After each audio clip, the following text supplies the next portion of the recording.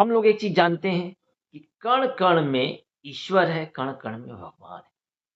Basically जहां पे भी कण है, कण मतलब एटम है, मॉलिक्यूल है, वहां पे ऊर्जा है।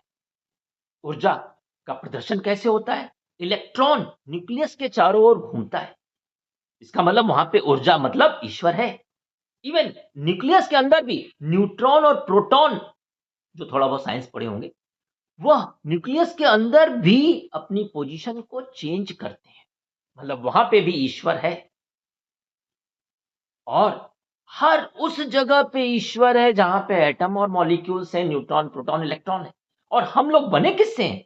हम लोग बेसिकली बने हैं एटम्स और मॉलिक्यूल्स से। एटम्स मॉलिक्यूल्स को जब जोड़ेंगे तो हम लोग को DNA, RNA, cells, tissues, organ और पूरा पूरा बॉडी सिस्टम मिलेगा, जो रखता है brain system, respiratory system, digestive system, circulation system. मतलब बहुत सारी चीजें हैं that is govern by brain and heart.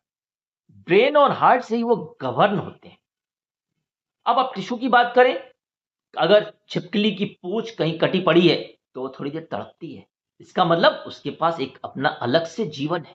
ठीक उसी तरीके से हर एक ह्यूमन बीइंग के हर एक टिश्यू में एक अपना अलग से जीवन है, अपना एक अलग से ईश्वर, क्योंकि वहां पे नेचर की चीजें हैं।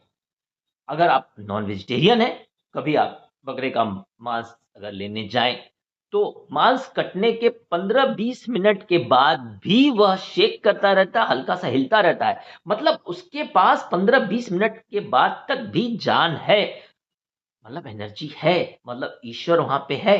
हाँ, उसके मर जाने के बाद उसका कन्वर्जन हो जाएगा, नई चीज का वह जन्म लेगा, नई चीज उससे उत्पत्तित होगी। मास कांस्टेंट बना रहेगा, केवल जीवन परिवर्तित हो जाएगा, क्योंकि जो भी एटम और मॉलिक्यूल्स का कंपोजिशन है वह चेंज हो जाएगा, और उस कंपोजिशन के बदल जाने के कारण नई चीज की उत्पत्ति होगी। आप में, हमारे में थोड़ा थोड़ा जीन्स का फर्क होगा। चिंपैंजी है, मंकी है, अदर एनिमल्स हैं, चाहे वो रेड ब्लडेड एनिमल्स हो या किसी और कलर के ब्लड वाले एनिमल्स हो, सब में थोड़ा थोड़ा सा जीन्स या डीएनए आरएनए बदल जाने के कारण अलग अलग शेप और चीजें पैदा होती हैं।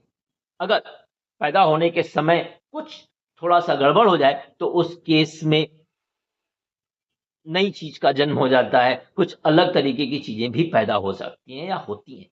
अगर आप देखेंगे सारे एनिमल्स को, तो हर एनिमल में थोड़ा थोड़ा सा ही चेंज आपको दिखाई देगा। कोई मांस खाने वाला है, कोई मांस खाने वाला नहीं है। अगर आप 10% सिस्टम थोड़ा सा पढ़े होंगे, तो घास फूस को बकरियां वगैरह खाती हैं जो नॉन वेजिटेरियन है, उसके बाद बकरियों को लॉइन जैसी चीजें खाती हैं, सिस्टम बना हुआ है। मतलब ऊपर वाले ने, ईश्वर ने इसको बनाने का चक्र और समाप्त करने का चक्र बनाया हुआ है। यही कन्वर्जन चल रहा है। एक समय ऐसा आएगा जब हमारी अर्थ भी समाप्त हो जाएगी, हमारा सन भी समाप्त हो जाएगा। समाप्त अर्थ और सन होगा, बेसिकली कन्वर्जन होगा, नई चीज का वहां पे जन्म होगा। शुरुआत में जब हमारा सन बना था या अर्थ बनी थी, तो वह बहुत छोटे पार्टिकल से बना था। सबसे शुरुआत में बिग बैंग के बाद सन जैसे बहुत सारे स्टार्स बने, जिनकी उत्पत्ति में सबसे बेसिक चीज है hydrogen atom and hydrogen molecules.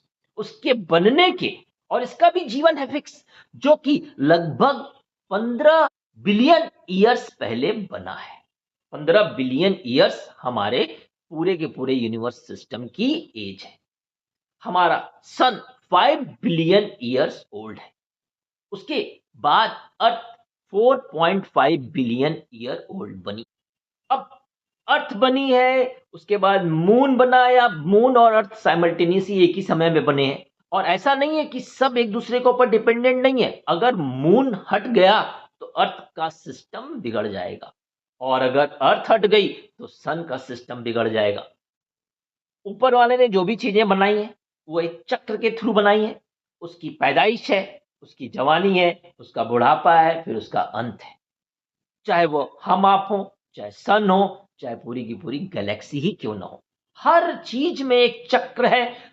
एक उतार के बाद एक चढ़ाव भी उसी चक्र का हिस्सा है। तो अगर उतार चढ़ाव लाइफ में है, तो मान के चलिए कि वो ईश्वर, नेचर की दी हुई चीज है जिसे हमें अडॉप्ट करना है और उसी राइज और फॉल को ही लेकर अपने जीवन को आगे बढ़ाना है, क्योंकि कोई भी चीज यहाँ पे परमानेंट नहीं है। जिसकी उत्पत्ति हुई है उसका अंत निश्चित है।